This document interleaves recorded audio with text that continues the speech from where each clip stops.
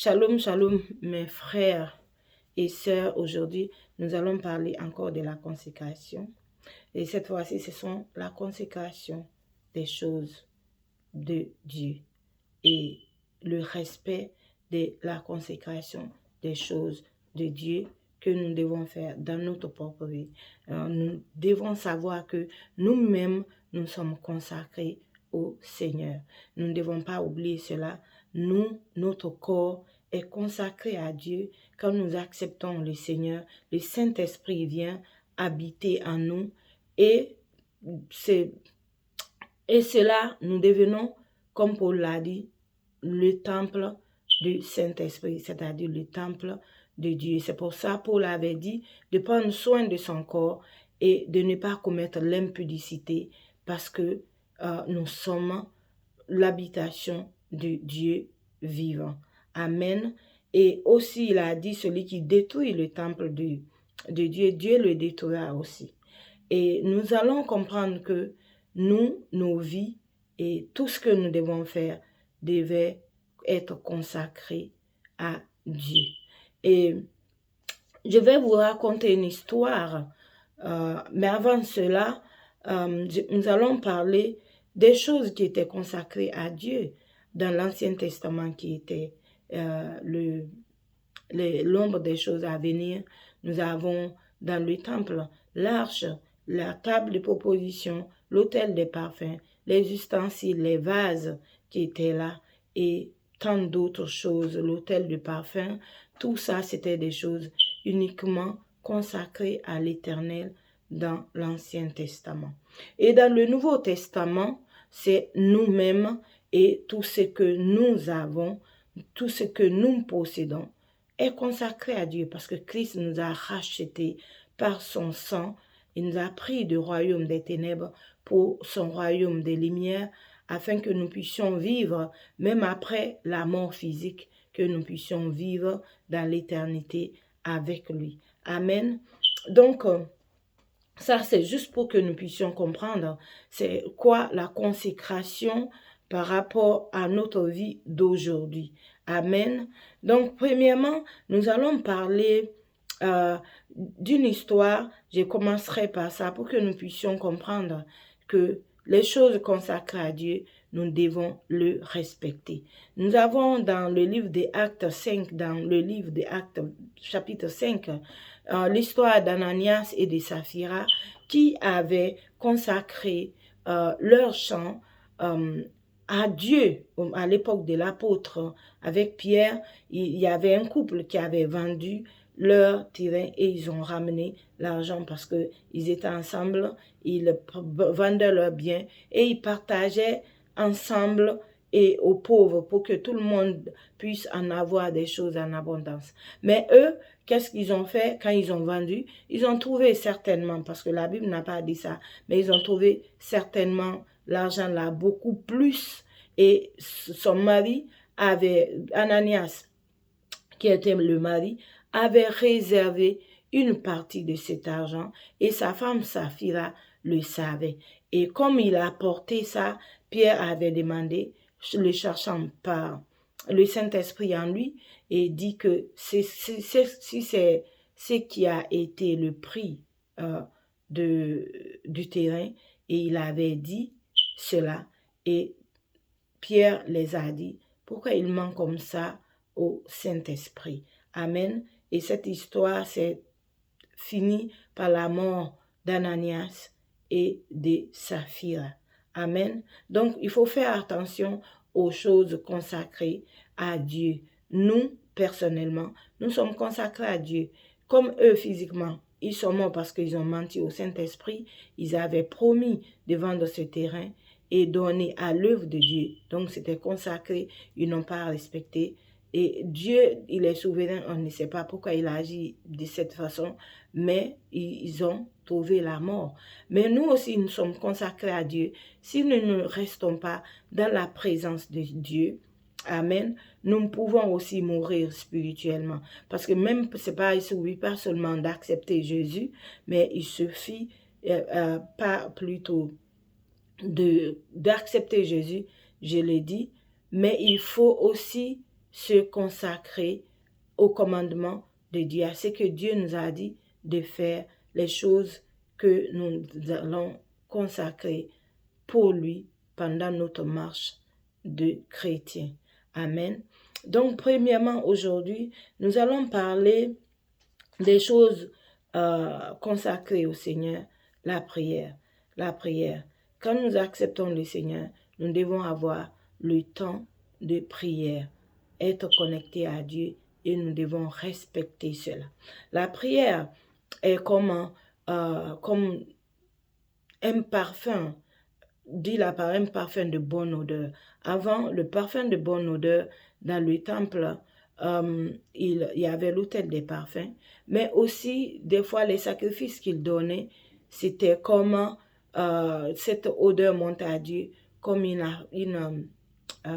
comment on appelle ça, un sacrifice de bonne odeur. Dieu le percevait comme ça. Maintenant, c'est nous-mêmes qui sont vraiment, qui doivent donner notre corps comme un sacrifice de bonne odeur et donner notre temps de prière et surtout de louange. Amen. La louange, il y a beaucoup de choses à dire. La louange, tu peux chanter. La louange, tu peux aussi parler de la grandeur de Dieu. Ce sont les mots que tu dois faire. Il y a tellement de façons de louer Dieu. Mais quand tu viens pendant les moments de prière, aie un moment de chant. Et quand tu finis de chanter, tu peux aussi dire comment Dieu est grand. Tout ça, tu es en train de louer. Dieu aime ça. Et ces paroles-là montent à Dieu comme un sacrifice de bonne odeur. Nous devons savoir en tant qu'enfants de Dieu, nous ne devons pas seulement venir devant le Seigneur demander, mais nous allons dire aussi comment il est grand parce qu'il nous a vraiment délivré de tout, il nous a tout donné. Il a tout donné pour nous. Donc, nous devons le louer, l'adorer et l'apprécier, l'aimer parce qu'il nous a aimés en premier. Amen. Donc, avoir une vie de prière régulière, c'est pas quand tu as envie, mais ça doit être régulier pour un chrétien. Un temps de prière et il faut respecter cela. Un temps de prière le matin, il ne faut jamais sortir de sa maison sans prier et il ne faut jamais dormir sans prier. S'il faut, tu as le temps pendant la journée, il faut prendre un moment, 10 minutes, 15 minutes, si tu peux prier. Chaque travailleur même ont des pauses, une heure de pause. Pendant tes 1 heure, tu peux prendre 10 minutes, tu pries et tu continues le reste de ta pause à manger, peut-être à parler avec tes amis. Donc, il faut avoir ces gens, ces moments, j'allais dire, pour Dieu. Amen. Deuxième point, nous allons aussi parler de la parole de Dieu. Avoir le temps pour la parole de Dieu. C'est la parole de Dieu qui nous fait grandir. C'est la parole de Dieu qui nous permet vraiment de connaître Dieu en profondeur. Oui, on peut avoir une intimité pendant la prière, quand on prie régulièrement. Mais lire la parole nous permet de connaître la volonté de Dieu. Dieu nous a déjà révélé sa volonté. Et même si pendant les prières, Dieu nous parle de sa volonté par rapport à une situation particulière que tu as demandé à Dieu, il le fait toujours par rapport à sa parole et cela va t'aider à ne pas tomber dans des situations où Dieu ne t'accompagne pas, qui peut être des situations vraiment déplorables. Amen. Donc, avoir un temps de la lecture de la parole nous permet de grandir dans le Seigneur, nous permet de connaître le Seigneur, nous permet de connaître ses commandements, quelle est sa volonté pour nous permet aussi de savoir, moi qui suis converti, qu'est-ce que Dieu dit dans sa parole que je dois respecter.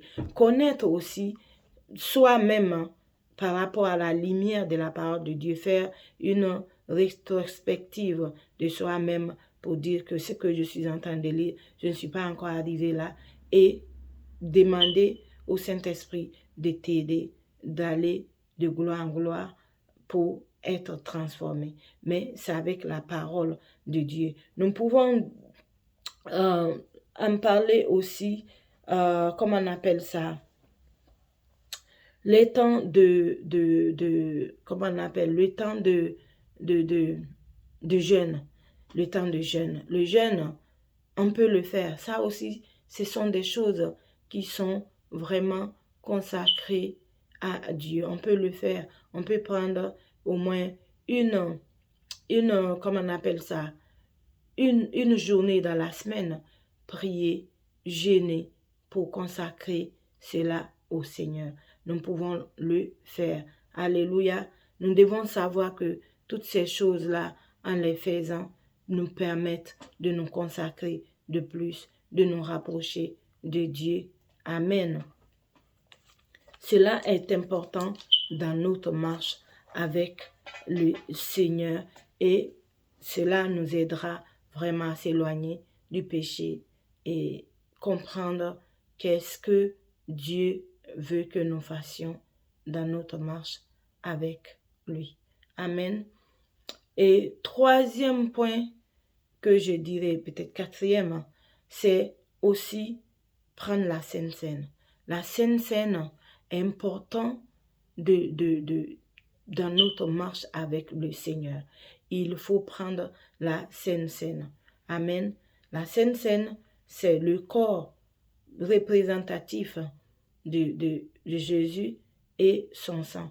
Jésus a dit dans sa parole, ce dernier jour, avant qu'il soit livré au sacrificateur, au juif, pour demander sa crucifixion plutôt, il avait pris du pain, il a partagé avec ses disciples et il a dit, ceci est mon corps brisé pour vous, prenez, mangez, faites ceci en mémoire de moi. Il a fait aussi de même avec une coupe qui a dit, voici la coupe de la nouvelle alliance à mon sang, versée pour plusieurs, faites ceci en mémoire de moi. Donc Jésus voulait que nous prenions la Sainte Seine en mémoire de moi. C'est la seule chose que le Seigneur nous a institué réellement dans sa parole. Faites ceci en mémoire de moi. En mémoire, pour se rappeler que son corps a été brisé pour nous, afin que nous ayons la santé divine et que son sang est versé pour nous, pour effacer notre péché. Et sa vie a été donnée afin que nous aussi nous ayons la vie. Donc en prenant la Sainte Seine, c'est un moment de consécration et un moment de respect, de crainte. Parce que prendre la Sainte Seine, c'est nous rappeler que Christ a été vraiment immolé pour nous comme un sacrifice pour nos péchés, pour nous réconcilier avec Dieu le Père. Amen. Et je voulais rajouter dans ce passage que beaucoup de chrétiens refusent, par exemple, de prendre la Sainte Seine. Ils ne veulent pas prendre la Sainte Seine pour dire que, qu'en prenant la Sainte Seine, ils vont être, comment je vais dire ça, malades. Oui, il y a des gens qui prêchent cela, que quand tu prends la Sainte Seine, tu as péché, tu peux tomber malade. Je ne dis pas que cela n'est pas vrai, ok? Mais moi, ce que j'exhorterais, un chrétien doit prendre la Sainte Seine, car cela a été vraiment institué par le Seigneur de dire de prendre ça en mémoire de lui. Je vais chercher le passage dans le livre de Jean où le Seigneur nous a vraiment exhorté de prendre la Sainte Seine. Amen. Donc, il y a des fois, nous disons, je ne peux pas prendre la Sainte Seine, je ne suis pas pure, je ne suis pas digne de prendre.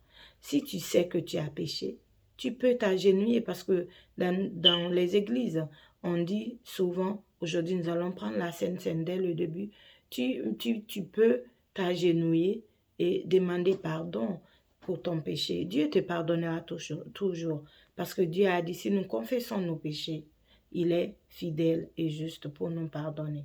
Donc, si tu sais que tu as péché, agenouille-toi, demandez pardon au Seigneur et crois qu'il te pardonne.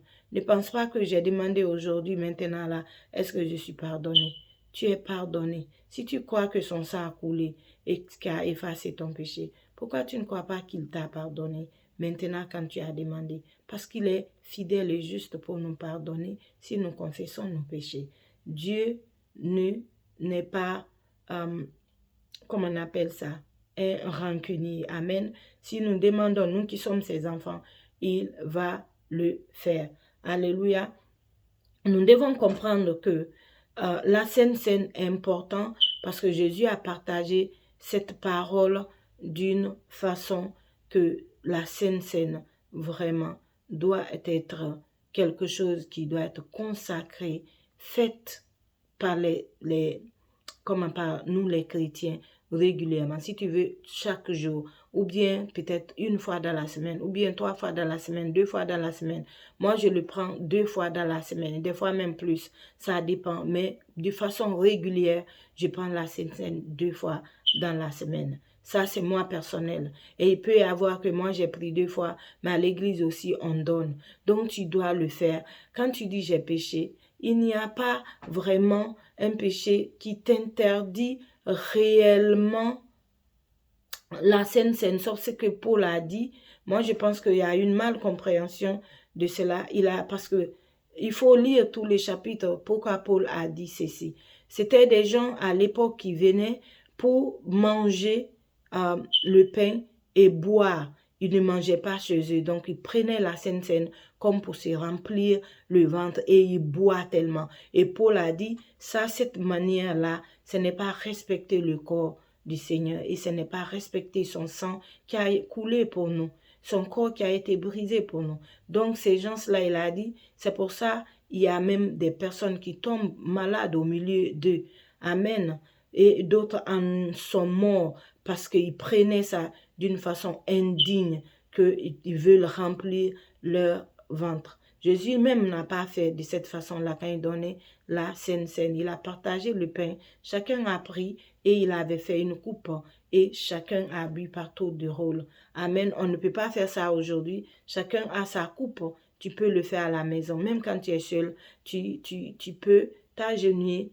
Si tu as demandé, d'ailleurs, c'est normal pour un chrétien de demander chaque soir avant de se coucher, demander pardon à Dieu pour les péchés. Parce qu'il y a tellement de péchés. On peut pécher en pensée, en regard, en écoutant, en parlant, en agissant. Donc, aussi dans nos cœurs. Donc, nous devons demander pardon à Dieu par rapport à tout ça. Donc, il ne faut pas dire que j'ai péché. Peut-être que tu as fait quelque chose, l'impudicité, ou bien tu as fait quelque chose, j'ai péché. Mais tu sais, tu peux aussi pécher dans le cœur. Jésus a dit, celui qui regarde une femme et tu la convoitises dans ton cœur, tu as déjà commis l'adultère. Donc, le péché du penser aussi, c'est un péché. Donc, tu ne peux pas dire que parce que j'ai péché, je ne peux pas prendre la Sainte Seine. Si tu es conscient d'un péché que tu as fait, demande pardon et prends ta Sainte Seine. Jésus a partagé ceci quand il était avec ses disciples en réunion. Beaucoup de disciples l'ont abandonné ces jours-là. Et les Juifs ont dit que ces paroles étaient tellement dures et qu'ils pouvaient écouter cela. Jésus a dit dans le livre de Jean chapitre 6, je vais commencer à lire à partir du verset je peux dire 51. Amen. Jésus a dit, je suis le pain de vie qui est descendu du ciel. Si quelqu'un mange de ce pain, il vivra éternellement. Et le pain que je donnerai, c'est ma chair et que je donnerai pour la vie du monde. Amen. On va continuer maintenant au verset, je saute le verset 56. 52 plutôt, je viens au 53. Et Jésus leur dit, en vérité, je vous le dis, si vous ne mangez la chair du Fils de l'homme et si vous ne buvez son sang, vous n'avez point de vie en vous-même. Verset 54, celui qui mange ma chair et qui boit mon sang a la vie éternelle, et je le ressusciterai au dernier jour. Verset 55, car ma chair est vraiment une nourriture et mon sang est vraiment un breuvage. 56. Celui qui mange ma chair et qui boit mon sang demeure à moi et je demeure en lui. Comme 57, comme le Père qui est vivant m'a envoyé et que je vis par le Père, ainsi celui qui me mange vivra par moi. Verset 58, c'est ici le pain qui est descendu du ciel. Il n'en est pas comme de vos pères qui ont mangé la manne et qui en sont morts. Celui qui mange ce pain vivra éternellement. Donc c'était une sorte, je dirais, d'exhortation parce que les enfants d'Israël pensaient que la manne qui était tombée dans le désert était vraiment extraordinaire. C'est vrai, c'est extraordinaire, mais c'était l'image de Christ qui allait venir et qui allait donner son corps et son sang. Amen. Son corps qui est vraiment le pain. Jésus est en train de dire, oui, vos pères ont mangé ce pain-là, mais ils sont tous morts. Mais celui qui mange, moi qui suis le pain de vie, ne va pas mourir. Et moi, je vais le ressusciter au dernier jour parce que je vais demeurer en lui et la personne va demeurer en moi. Donc, il est important de prendre la Sainte Seine parce que en le prenant, on demeure en Christ et il demeure en nous. Amen. C'est pour ça que Jésus a fait cela. Il avait dit ça avant sa crucifixion. Il avait fait en action avant qu'on ne vienne l'arrêter. Amen. Nous devons comprendre que la Sainte Seine, c'est vraiment quelque chose que nous devons prendre si on a la possibilité tous les jours. Si on n'a pas la possibilité, prenons comment on appelle ça, une fois ou 2 fois dans la semaine, hors de l'église, à la maison même. Nous devons comprendre que vraiment c'est quelque chose que le Seigneur nous dit de faire. Amen. Parce que moi-même, j'ai entendu des témoignages, quelqu'un qui avait un problème qui avait vraiment duré. En prenant la Sainte Seine, priait le Seigneur de le guérir au travers de la Sainte Seine. Et la Sainte Seine, vraiment, quand on le prend, dès qu'on rend grâce et on le consacre, cela devient vraiment le corps et le sang de Christ spirituellement. Même si on a le pain physique et le vin physique, mais spirituellement, ça devient son corps et cela a une puissance. Moi, par exemple, en le prenant, je dis toujours, Seigneur, ton corps a été brisé pour ma santé, afin que pour que je sois en bonne santé. Et je prends, je dis, je manifeste cette santé parce que le Seigneur nous a déjà donné à la croix, mais je manifeste cela. C'est pas parce que le Seigneur nous a donné la santé divine que nous ne tombons pas malades, mais nous allons manifester pour rester toujours en bonne santé. Et la coupe, j'ai dit, parce que la parole de Dieu dit, l'âme est dans le sang. Tu déclares que la vie du Seigneur qui était en lui sur la terre soit en toi. Comment la façon qu'il parlait, la façon il pardonnait, la façon il aimait les hommes, la façon il agissait, c'est dans l'âme, ses émotions. On peut demander ça en prenant la croire que le Seigneur peut faire. On peut, comment on appelle ça, en prenant la Sainte Seine, demander la délivrance aussi. Oui, le Seigneur peut le faire à travers son corps et son sang. Nous devons le croire, c'est vrai, ces choses-là, c'est pas physique. C'est spirituel que ça se passe. Celui qui croit, oui, tu verras la gloire de Dieu, comme Jésus a dit. Il a dit à Marthe, n'est-ce pas dit, si tu crois, tu verras la gloire de Dieu. Donc, si tu crois que la Sainte Seine, c'est pas un repas simple, c'est vraiment un repas divin et que ça peut changer nous-mêmes, nos comportements, même ce que nous avons comme dire qu'il y a des choses à nous, des péchés, des façons de comporter qui ne glorifient pas Dieu. En prenant la Sainte Seine, demande Dieu pardon avant de prendre et me demande à ce que tu sois vraiment transformé par la Sainte Seine. Amen.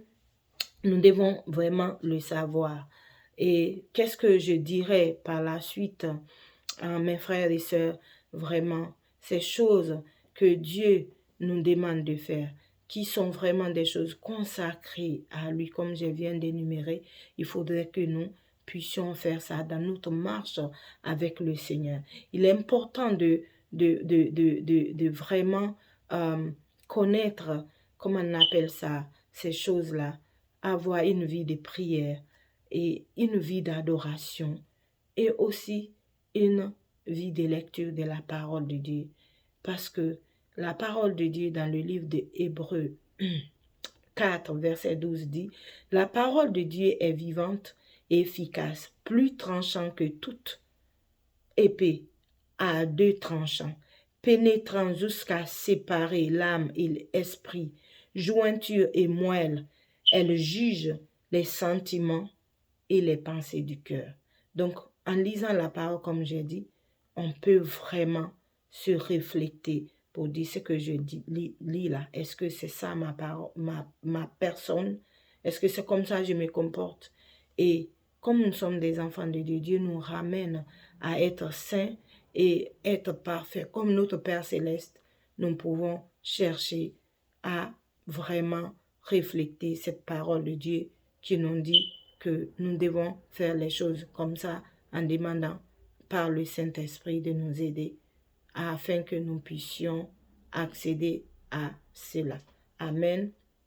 Donc, aujourd'hui, je pense que c'est ce que j'avais à vous partager. Nous devons comprendre vraiment que nous, que nous sommes vraiment consacrés à Dieu, mais il y a des choses aussi dans nos vies que nous devons consacrer à Dieu. Amen. Et nous ne devons pas oublier cela. Et qu'est-ce que j'allais aussi vous dire? J'ai parlé un peu du corps, j'ai parlé de la prière, j'ai parlé de la lecture de la parole, j'ai parlé de la Sainte Seine. Je crois que j'ai parlé aussi un moment de jeûne consacré vraiment à Dieu afin que nous puissions se rapprocher de lui. Si ces paroles-là, vraiment, nous les mettons en pratique, il y a beaucoup de choses qui vont changer dans notre vie en tant qu'enfants de Dieu. Amen. Et nous allons prier, demander à Dieu par le Saint-Esprit de nous aider au nom de Jésus. Seigneur, Dieu de gloire, nous avons entendu ta parole. Merci pour tout ce que tu as fait pendant ces moments de partage.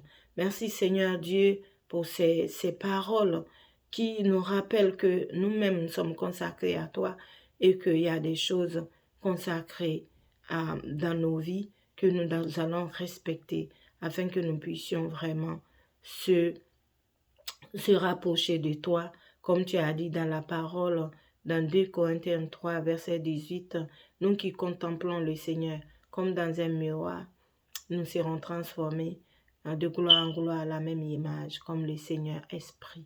Ô Seigneur, donne-nous vraiment d'avoir ces moments de consécration et de comprendre que ces choses-là, c'est pour nous ramener beaucoup plus proches de toi. Merci Seigneur, parce que tu vas nous aider par ton Esprit Saint à le faire au nom de Jésus. Amen. Mon frère, ma soeur, si toi qui ne connais pas le Seigneur, tu peux donner ta vie à Jésus aujourd'hui et Dieu va aussi devenir ton Père et tu vas intégrer cette famille spirituelle des enfants et des fils de Dieu afin que toi aussi tu sois consacré, que ta vie soit changée au nom de Jésus. Si tu es prêt pour accepter le Seigneur aujourd'hui, répète cela avec moi. Seigneur Jésus, j'ai entendu ta parole. Moi aussi, je veux me consacrer à toi. Moi aussi, j'aimerais que ma vie soit changée. Seigneur, je t'accepte aujourd'hui comme mon Seigneur et mon Sauveur personnel. Écris mon nom dans le livre des vies. Donne-moi la grâce d'effacer mon péché, tous mes péchés par ton sang. Merci Seigneur Jésus, parce que aujourd'hui j'accepte d'intégrer cette grande famille royale divine. Au nom de Jésus-Christ, j'ai ainsi prié. Amen. Donc si tu as répété ça, crois que tu es déjà dans le Seigneur, mais pour finir, il faut aller dans une église proche de toi et tu t'es fait baptiser par immersion au nom de Jésus ou au nom du Père, du Fils ou du Saint-Esprit. Que Dieu vous bénisse. Amen.